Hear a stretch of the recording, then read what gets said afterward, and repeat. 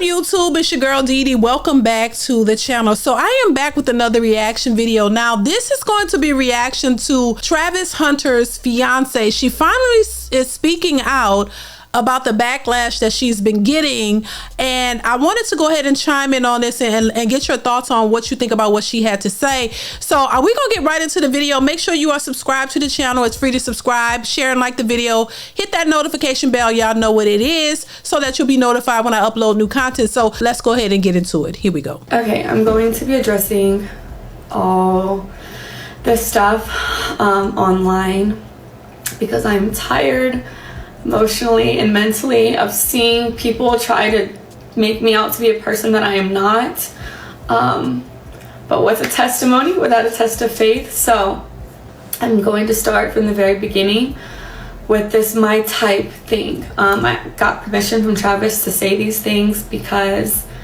these are previously things I didn't want online, but I'm going to tell y'all the full story just so y'all know. So Travis, when he first ever DM'd me, when we first met, I said I left him in my DM for 2 months, and people said, oh, she left him in his DM until she figured out who he was. That is not true at all. The real reason Travis sat in my DM for 2 months is because he DM'd me when he had a girlfriend, and her name was in his bio, so I instantly knew he had a partner. So I exited the message, and he sat there until he was single. I don't do home wrecking. I'm not a side piece. I don't stand for any of those things. I support women, so I would never do that to another woman because I would never want it done to me. So I ignored him until he was single. That's the real reason he sat in my DM. Then the second thing, when I said he wasn't my type, I did not mean attractiveness. I don't have a physical type, period. No two men that I previously dated look the same. My first one was a white cowboy.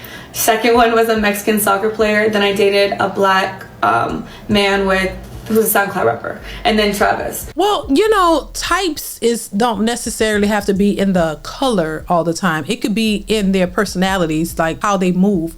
You know, a lot of times people pick the same type of guy in a different race. It doesn't necessarily have to deal with their race, but their personalities, you know, the type of guys, you know, because in every race there are similar types. So it's not necessarily the race, it's the type of guy that it is. And so she's saying that when she said he was not her type, it wasn't really that. It was more or less because he had a girlfriend at the time. Well, I mean, they've been together for a little while now. She could have easily said that. She could have easily said, you know, well, he had a girlfriend at the time. I don't know if they were on bad terms. I mean, she could have framed that a lot differently if that wasn't the case. Hopefully she can see how off-putting it looks to the public when you say, oh, he was trying to holler at you and he wasn't your type. She said that, and that's what got people speculating, because it's like, okay, well, if he wasn't your type, when did he become your type? But let her finish talking. Here we go. I have never dated the same type physically. I don't care about what people look like or what they can give me. I date people for who they are as a person, how they honor God, and how they treat the people around them. And Travis is all the above. So when I said he wasn't my type, I meant because he was younger than me. I had never dated no one younger than me, and he had cheated on his girlfriend. I don't know if your type is cheaters, but mine isn't. So no, he wasn't my type at first off of those two things, but that didn't discredit the fact that I was attracted to him. That's obviously why I gave him a chance.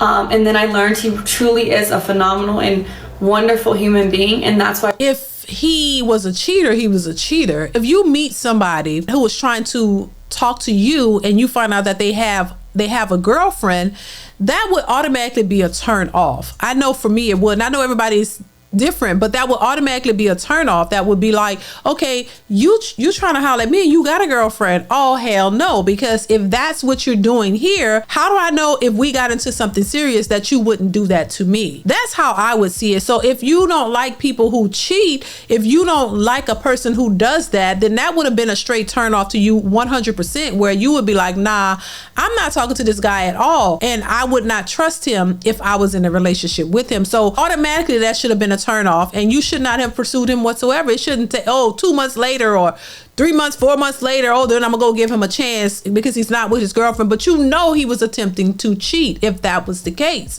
right? So if that was the case, that would be a turnoff. Like, nah, I'm not gonna deal with you. And then, you know, on top of that, if that was the case, oh, then the type of profession that you have, oh, nah, I'm not trying to do that. So what was the difference between her deciding to pursue him in those months? What changed? If you're still trying to say that he was a cheater, why would you still pursue him knowing that? It's not adding up. What if he wasn't Travis Hunter? If he was just somebody else that went to college with you or whatever, and you found out that he was trying to talk to you and cheat on his girlfriend, would she still have pursued him after that, or would she still look at him as a cheater? Y'all let me know what y'all think, but baby, let's continue. We're together, and that's why we're still together to this day. So that's that. Okay, the next clip was at the game after they just won like their last game. People thought I was upset with him celebrating with cheerleaders. I don't know where that came from because he never celebrated with cheerleaders. So that, I don't know where that started, but that's not what I said. But what y'all didn't see before the clip, me and him were talking. We had already interacted. I had already said congratulations. I had already kissed him over the fence that we couldn't get through. So the real reason why I was mad is because the security, and you can ask any of the family members who was actually there, they didn't want no one to storm the field. So they had thousands of security people holding everyone back. But the people in the field were like, let the family down, like the family can come down. So everyone was going back and forth. I was arguing with the security guard because he wouldn't let no family through, but they let the cheerleaders on the opposing team get through the fences.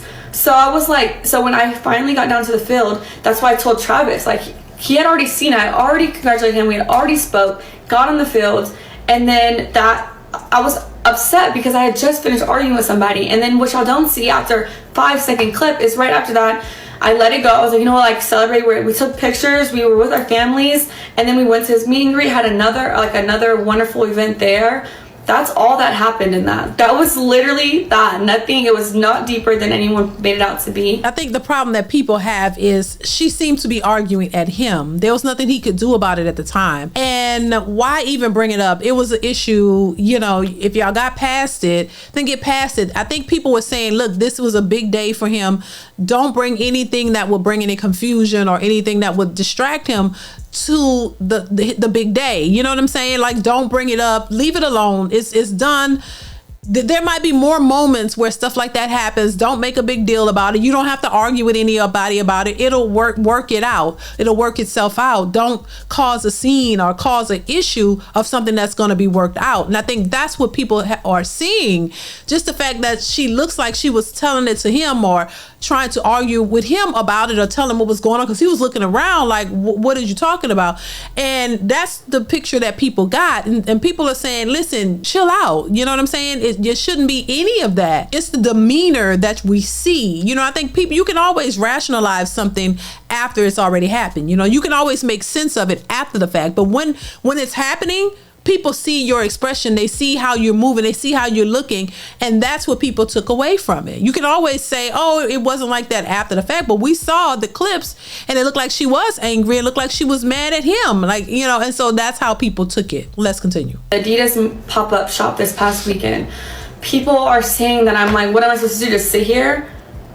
That's not what I said. First of all, I said, baby, do you want me to sit here, or do you want me to go with the family, or do you want me to come with you? Because what y'all don't know, again, off of a 7-second clip, is those weren't fans, by the way. He had already finished that part. He had finished meeting with the fans. I was there the entire time, taking pictures, talking to them, everything. The girls that were there, they were the Adidas, they worked for Adidas. So we were taking pictures for social posts. That's who those people were. I wasn't annoyed with no fans at all. I'm never annoyed with fans. So that's what that was. And then Travis was getting ready to leave. He had to be at a rehearsal for the Heisman ceremony. They had to do walkthroughs and stuff like that. So I was asking him, I was like, do you want me just to sit here? Do you want me to go back to the hotel? Like, do you want me to wait for our family? Because his family was in there shopping. Because Adidas let them go pick out stuff in the store. It was like a 4-story Adidas. So they're all doing that. And I was like, what do you want me to do? Like, do I stay here? Do I come with you? Like, what? And he was like, you can do what you want. Like, you could sit there, you can go shop, you can come to the hotel, you can walk around. That's what he was saying to me. I don't know. Like I said, the things that I see people make up is truly crazy, because it's not what happened. And I just think people are just finding every single little thing and trying to make it something it's not. And then bird brain individuals are just accepting what they see online.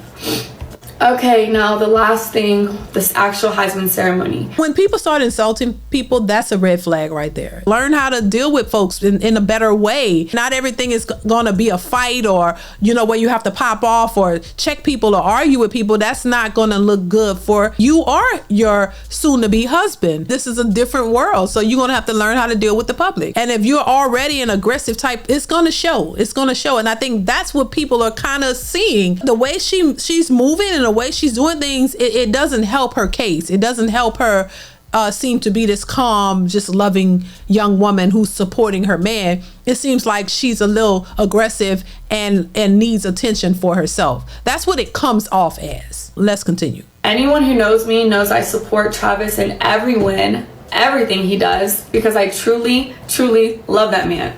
He is perfect in my eyes. So when his name was called, I instantly was gonna, if you watch the video, you can see me like, but his mom didn't get up. So I was like, oh, maybe I don't get up, maybe I just sit here with her. So I sat there, and then y'all said Coach Prime had to tell me to get up. No, he didn't. He said, go get him. Go get your man. Like, and once Travis stood up, but he didn't have to do that because I was gonna do that anyways. As soon as I seen Travis get up, then I thought it was appropriate to stand up, greet him, congratulate him.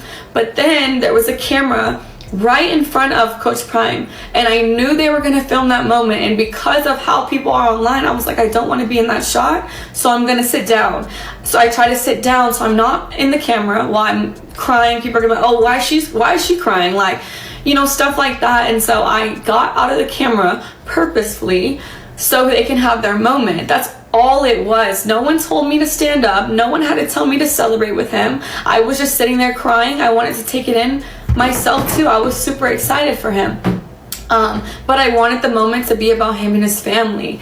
And that's another thing. People are like, why did he sit next to her? Why was his mom? We had assigned seats. I didn't have a choice where I sat. They are obviously going to put someone and their partner together.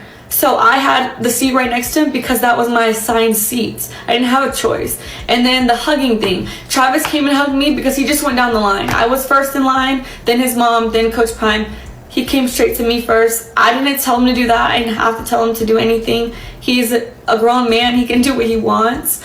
But yeah, everyone is making this crazy narratives in their head. So I just wanted to clear it up. And that is the truth. That's what happens in all those videos. And I will not be addressing this again. I didn't want to address it, but here we are.